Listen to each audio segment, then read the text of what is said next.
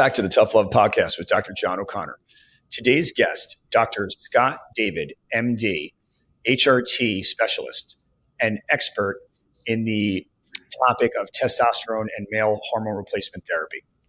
Doc, welcome to the podcast. So excited this podcast is a little bit outside my realm with regards to doing more of a discovery educational podcast, but I loved your history, what brought you into this from the type of medicine you began your healthcare practice in. So first off, welcome to the show. Thank you. Thank you. Would you do me a huge favor and bring my audience into your story where you went from your initial phase of graduating medical school and going into practice and how you became the doctor you are today, please? Yeah, so I went to medical school, went to residency, got board certified in emergency medicine, did that for a number of years, and actually was doing that up until last year part-time. I guess about 16, 18 years ago now, I had a sudden medical emergency myself. I had a brain aneurysm, needed emergency surgery. And following that, I survived. I did very well. My brain is still intact. And good to know. The neurosurgeon said I could even be smart enough to become a chiropractor if I wanted to be. And but the problem was I felt horrible, and no one could figure it out. They tried me on antidepressants. All of that stuff didn't work. And I finally found somebody that tested my hormone levels. And sure enough, my testosterone and growth hormone were almost non-existent. We started therapy, and within weeks, I felt great. And I decided I needed to know a little bit more about this. So I went back and got board certified over a number of years. You kind of just did my own self teaching, but then I went and did formal teaching with the American Academy of Anti-Aging Medicine, which was the only real program back in the day. And I've been doing it ever since. Excellent. Now, when you first began it, was it something that was readily accepted and available, or did it almost come across like witch doctory, if you will? Yeah, I mean, there was definitely a lot of pushback from colleagues. A lot of guys were laughing, saying, what are you doing? Back then, it was basically, if you took testosterone, you were either doing bodybuilding, or if doctors were giving it to you, it was for some sort of endocrinologic disorder, pituitary disorder. And if you took it, you had a good chance of getting prostate cancer, was the thought. Just like estrogen in women, it was thought that it would cause breast cancer. Both of those things have been refuted greatly in multiple studies since. Excellent. So that's a pretty amazing story. I mean, from a near-death experience where you could have been not practicing medicine anymore to do a 180 and kind of shift into what's now become mainstream. And so, if it wasn't for that personal trauma, you may have never touched this space. Yeah, I don't think I would have. I mean, I think that, again, I was definitely, I guess I was pushed away from drinking the Kool-Aid, if you will. But the reality is the first time I went to an anti-aging conference, and it's got to be greater than 15 years ago, I walked in with the pre-thought that everyone there would be, six lawsuits and, just charlatans. And I was trying to find the education. And the keynote address came from the neurosurgeon who was the Pittsburgh Steelers lead physician. And they were talking about crazy things like Krebs cycle and back then NAD and health. And that's like 16, 18 years ago. So Impressive. It was very interesting that it was so in depth, and it was real science. Love to hear that. And so it's amazing. There's such a range of doctors in this space, and I'm sure you've seen that as well. What would you describe your practice? And I believe you're in Grand Cayman now, and you may do some stuff, here in the States. Mm-hmm. But what would the average patient, male or female, look like if you were bringing them in a normal profile? Yeah, I mean, really, for me, I have patients in their 20s who may have either taken anabolic steroids and really screwed up their system, or they have a genetic disorder that no one else really has had the time to pick up, and they have low testosterone. And I have patients into my 80s. So it's really a variable big range. Yeah, but I guess the biggest thing and most common complaint is I just don't feel good. I'd like to feel better. And today with the longevity and the regenerative, a lot of 30-year-olds, 40-year-olds are trying to be very proactive. I had a patient in the office the other day who was 35 years old, and he said, I'm reading Peter Attia and I'm listening to Huberman and I'm reading all of these headshot people that are on YouTube all the time. Is there any real science to it? And so it was kind of impressive to go through all the things, even with a young guy, but the reality is I like to look at it as 35 to 45 is what I call the dark zone, because you walk in, you see a doctor, and the first thing the doctor usually says is, boy, I wish I was 35 again. And they really don't pay attention to how you're feeling. And it's not right to testosterone, but it's a well variety of things. It's sort of a complex of way I look at patients. I've been hearing a lot of people in this space, and the one thing about Huberman, these research doctors, is they're not practicing the space. They're researching and presenting data, which I think is interesting, right? So where you're actually you're if you will, a craftsman. You're in the space, working out on the forefront, if you will, seeing cases and making changes in these people's lives. What's your thought on? I'm sorry. No, I was saying that, Huberman is very good at presenting a lot of data. He's very good at presenting a lot of supplementation, and he's pushing the curve to clinical medicine, although he does tell everyone he's not a doctor. He's a PhD. He does teach in medical school, and he's a very educated and intelligent guy. And I like him. He's a likable guy. Peter Attia is kind of like becoming the forefront if he's not there already. He has a very expensive practice. He is a practicing physician. He was a surgeon at first, and he is more clinical, not clinical based, more evidence based. He's less of a clinician. I like to split doctors and physicians. Physicians the kind of guy that, if you have a lesion in your brain, you want the guy to come in and you don't care about his personality. You want to he's a mechanic. Execute and do the job well. Yeah, a doctor's a guy that I consider myself to be a great doctor.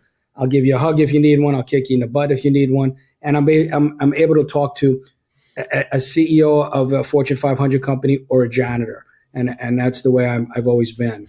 So yeah, it is a varied number of doctors. Some doctors are self-taught and they're just following protocols that might be outdated. Other doctors are putting the time in, whether they're going into the functional side of it or the endocrine side of it. But there's a wide range, and it is a subspecialty. It's not recognized. There's about 100 board certifications in America that are not recognized, like pediatric plastic surgery, things like this.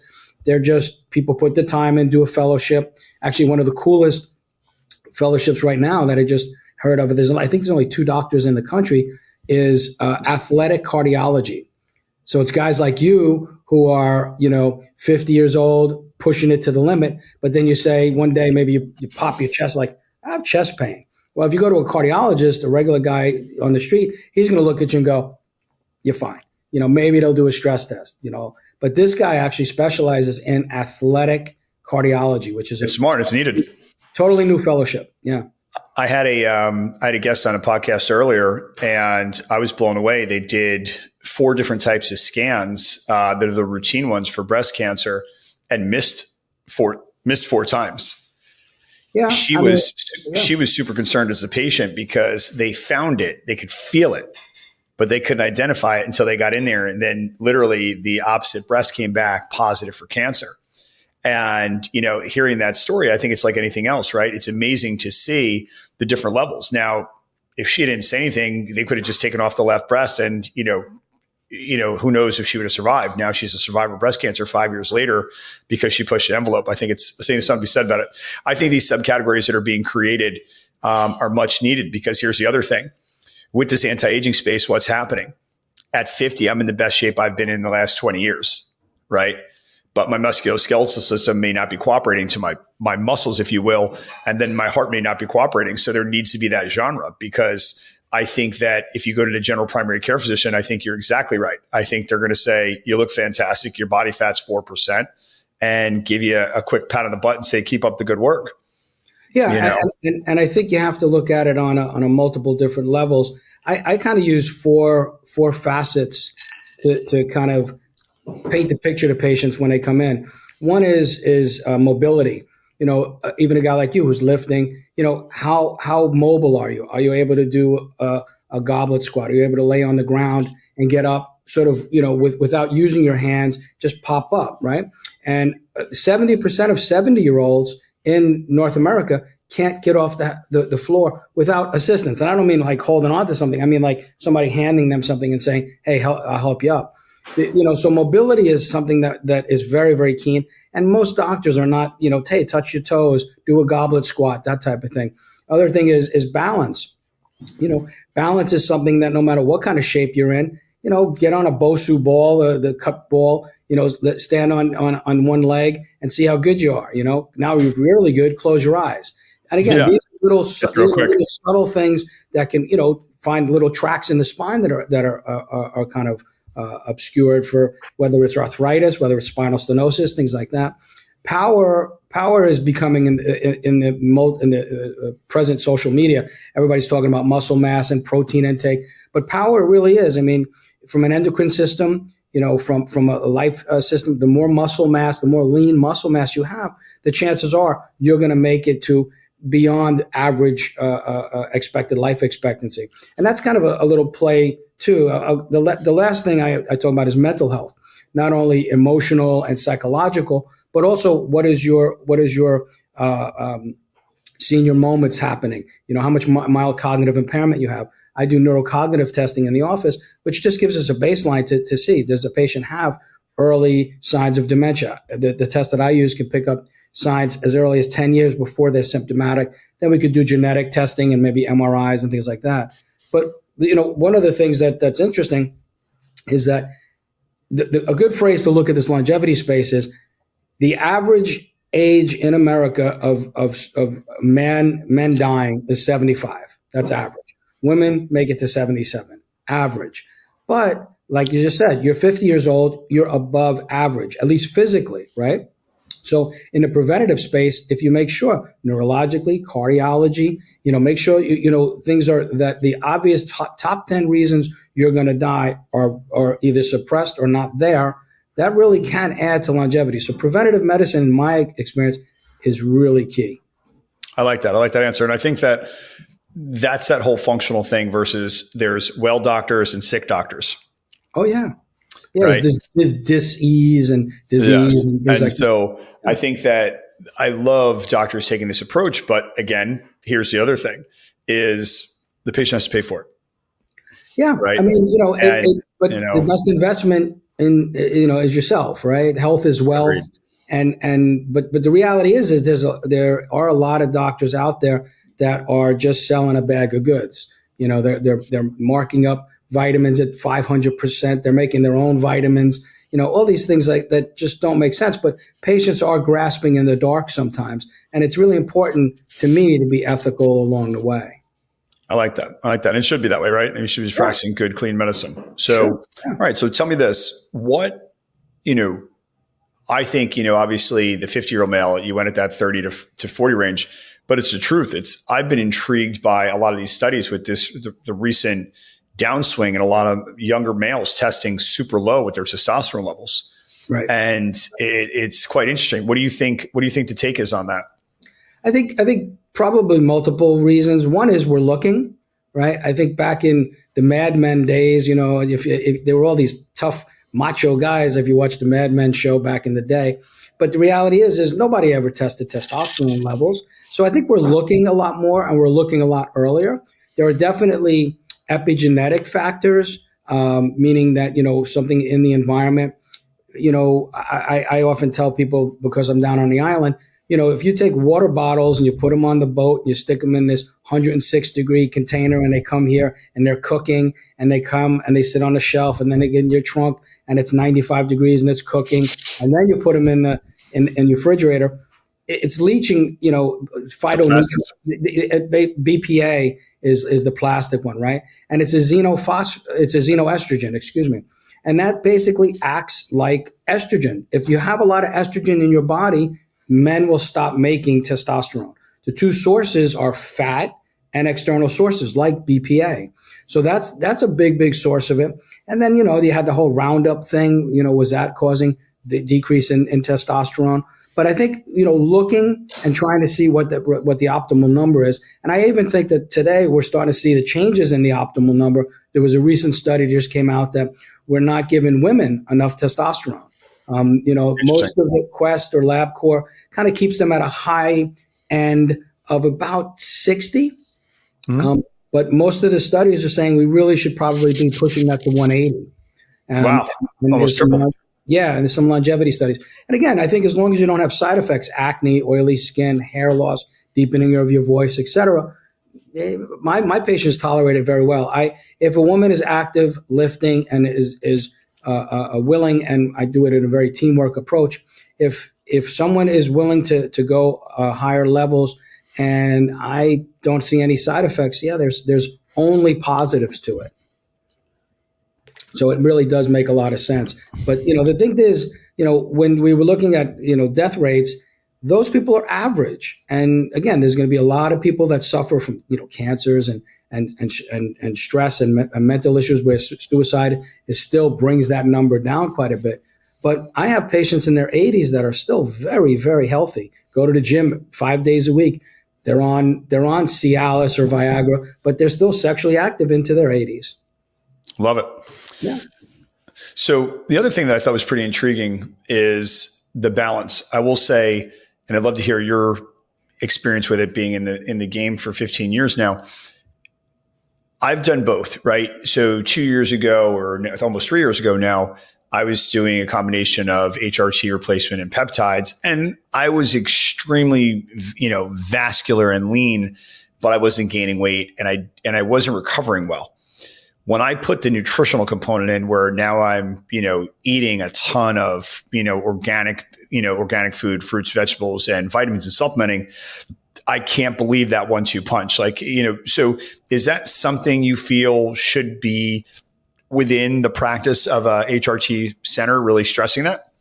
Yeah, absolutely. I think that peptides. So peptides, again, the FDA had a major problem with peptides, primarily because Big Pharma has licensed all the popular ones. So you'll see them all again, BPC 157, which was not outlawed, but taken off the market, and Tesamorelin, Ipamorelin.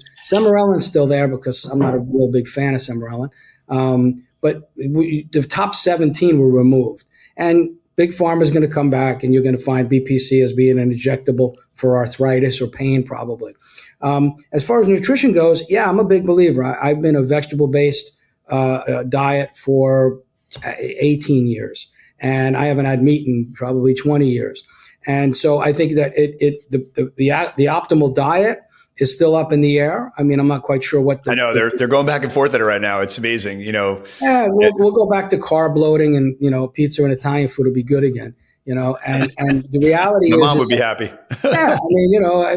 So these things are gonna flip flop. The reality is they've tried to come up with what is the number one diet for longevity, and that is caloric restriction, which is really, really hard to do. And the gentleman that did that study, I met at a national conference, and he was older by that point, and he said, if you eat 800 calories a day, statistically, you're going to do very, very well. Now, there are some things like, intermittent fasting, rapamycin. Resveratrol just got knocked off the podium a little bit because a study just came out that showed it really wasn't all that. But anything that stimulates caloric restriction makes you live a little longer. And a lot of it comes from, cold plunge, sauna, steam bath, that's suffering. Our bodies are meant to kind of go through a little bit of suffering, whether it's working out or what have you. But the nutrients are very, very important. And again, most of the American diet is absolute poison. I worked in New Orleans. And you want to talk about some deliciously bad food, that's the place to go. Horrible for you, right? Yeah. So terrible. Very interesting. And, one of the things that I thought was intriguing is during that time, and where my podcast started, Tough Love, was about the fact that I was coming out of a bout of depression, right? I got hurt, and it was really more injury based, right? My entire life was based around being a professional athlete, training professional athletes, rehabbing them in all of our clinics, et cetera. And I wasn't eating. And the funny thing about it is, you're right, my blood work came back pristine. They're like, oh, there's nothing wrong with you. Like when you said you had your thing, you're like, I'm like, I don't know. I'm depressed. I'm skinny. Everything hurts. We got to do better because this can't be the answer. Because if there's nothing wrong with me, then I would like to be sick. Please make me sick so I feel better. Right. You know? Yeah. I mean, and women come to me all the time with sudden bouts of joint pain and body aches. And again, the most common sort of poetic complaint that women give me when they are complaining of perimenopause and menopause is they said, someone came in the middle of the night, chopped off my head and put it on this body. This is not my body. And I don't know what's going on. Something's not right. But you get fogginess. And again, thyroid disease is a big thing, and especially in the perimenopausal space. But with physicians, with men, I don't know where I slipped up that one, but with men, if testosterone is low, you can get all of those symptoms. And low testosterone, it makes you feel timid. And when there's something called the Adams Symptom Survey Score, and it basically is 10 or 15 questions that will tell you whether you're, based on just this, and it's a vetted little questionnaire, whether you're insufficient, and that's a key word. You may not be deficient. The doctor says, oh, your testosterone's fine. You're under that 250 to 1250 rainbow, but you're insufficient for you. I've had patients that I believe in that come in with low testosterone levels. I've corrected them and they felt miserable, completely miserable. And you say, wow, how could that happen? Well, the reality is that you go back and do a more detailed study and you find out they didn't start shaving until they almost graduated college. So they've always had low testosterone. So now they come to me. It's an abnormal normal. I come from 300 and I bring them up to 900. They feel terrible. They're like, I can't handle this. This is not good. So it's very, very individualized. But the depression, there's a phrase with men on that symptom survey score, which women don't get. It's called inner unrest. And when I say that to a guy, say, are you experiencing like an inner unrest? It's not midlife crisis. It's just this disconnect that we feel society's not equaling where I think I'm supposed to be. Women, I've never had answer that question. Relate to that, yeah. Yeah, they're like, whether it's because of a nurturing aspect where they're just accepting it. But men are just like, no, I get that. And they could be, again, CEO of a company or a janitor. They're like, that's they exactly relate to that question. Yeah. That ticks off the box. My elevator pitch is somebody says, hey, what do you do? Longevity medicine, hormone optimization, blah, blah, blah. And they say, oh, okay, what's that all about? And I say, listen, if you look in the mirror, are you starting to see your father? You need to come see me. That's the way. Yeah. You're starting to age more than you want to. Yeah, 100%. I agree with that.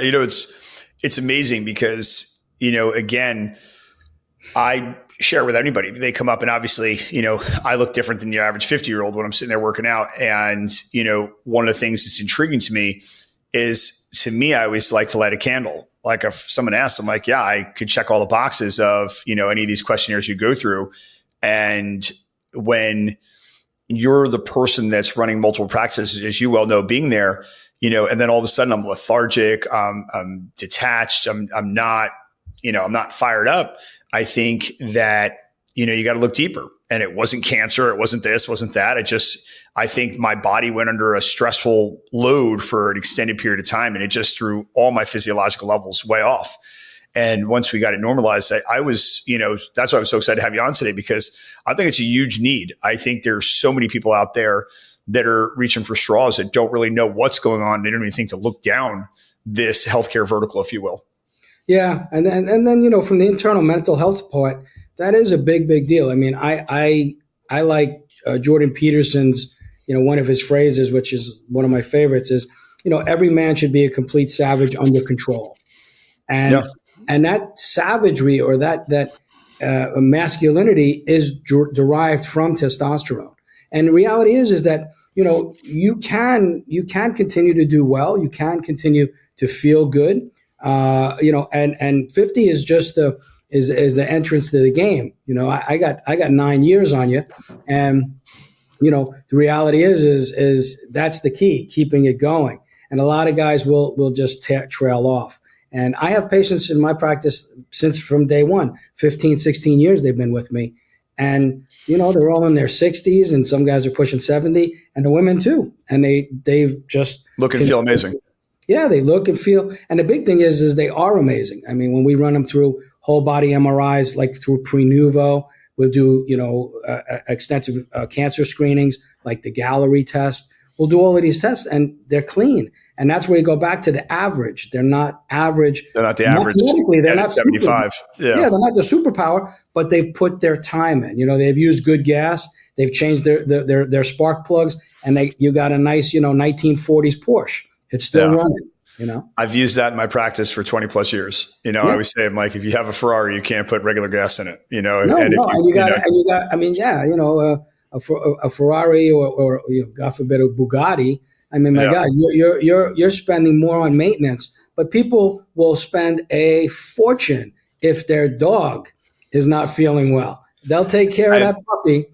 I'm blown away with it, and this is we'll close on that for our first I'm sure of many podcasts. But that's probably the biggest thing when I dove into the coaching space was educating patients, or really their consumers, to put a more value on being able to look in the mirror and the person that's looking back on them. And, and some people are just okay with it. They don't want to eat well. They don't want to, they don't care what they look like physically, but so many do. I don't know how many times I see people and I'll catch them looking off a reflection, pulling on their head or lifting themselves up or fixing this or tightening that or pulling this. And I'm laughing and I'm like, the doctor of modern day is going to say, how do you feel? Do you like what you're looking at when you look in the mirror? Do you enjoy yourself? And most people, I'd be curious to see what the answer is. I think a lot of people say, yeah, that's a good question. I never thought about it. Yeah, that's how we approach our coaching, and I think it's a huge thing to say, listen, I would love to see you answer those questions without any hesitation or trepidation, to be like, you know what, Doc, great question. Here's my answer. I love myself. I invest a ton into my body. I take great care of myself and those around me. And I think that in that becomes not only the best patient receiving care, but it makes our job a lot easier when that patient wants to receive that type of care. But I think it's the education process. I think that's why I love what the diagnostics you were talking about earlier. It's like, if you could take those diagnostics to show them, hey, listen, if I told you I can show you a pathway where you are here and bring you to here, would you be interested? And, then kind of budget, I was talking about this with a plastic surgeon the other day that I'm actually about to do a podcast on, and she was so impressive. She actually tells her patients that if you don't plan on being a patient with, and her resume is ridiculous, for a lifetime, unless it's she does a lot of corrective work on bad work. She's like, I'm not the doctor for you. And I was like, you don't want that person in your practice? She goes, not really. I've made all the money I ever need to make. To be honest with you, I want someone to grow old with me and that I understand their vision and I make their vision come true. Mm-hmm. But if they're bouncing around, it's like going to different theme parks. What you think is the best ride is not going to be what someone else thinks. And if I'm going to help them create that vision, I want to do it from the first step and the last step of the process. And I think that's something that, when I hear you talk, you have that same visionary concept. You talk about patients you've had for almost, 2 decades. I think it's impressive. So, the one thing I would say about today's discussion, which I thoroughly enjoyed, is, one last question, Doc, what would be you've been through it, right? Obviously a brain aneurysm, you survived it. That could have been a life-threatening situation. What do you think would be your quote that was on the wall of every clinic you're involved in? And they said, oh, Dr. Scott, he's this. What would that be? Or even better, what you would want to be perceived as? I guess professionally, just more, like I said, the difference between the physician and a doctor. Someone that actually, becomes, part of the community, part of the patient's life. If they're, a lot of times, patients will run to their lawyer or their priest or their rabbi. And years ago, you used to also go ask the doctor for his or her advice, and maybe the lawyer for his or her advice. but I like to be part of their life, and I try to put myself in there, and for outside, it's I try to be, a good father and husband, and been doing that for a long time. So I think that's going okay. That's excellent. Love to hear it. Well, listen, thank you so much for joining us today on the Tough Love Podcast. I think you had some extremely valuable information. I'm looking forward to replaying this one and hearing it again and learning from you. Cool. Anyway, to all my listeners, thank you so much. And Dr. Scott David, an absolute expert in his field of hormone replacement therapy and anti-aging. If you enjoyed this podcast today, please, like it, share it, and we look forward to seeing you guys again. Thank you, and God bless.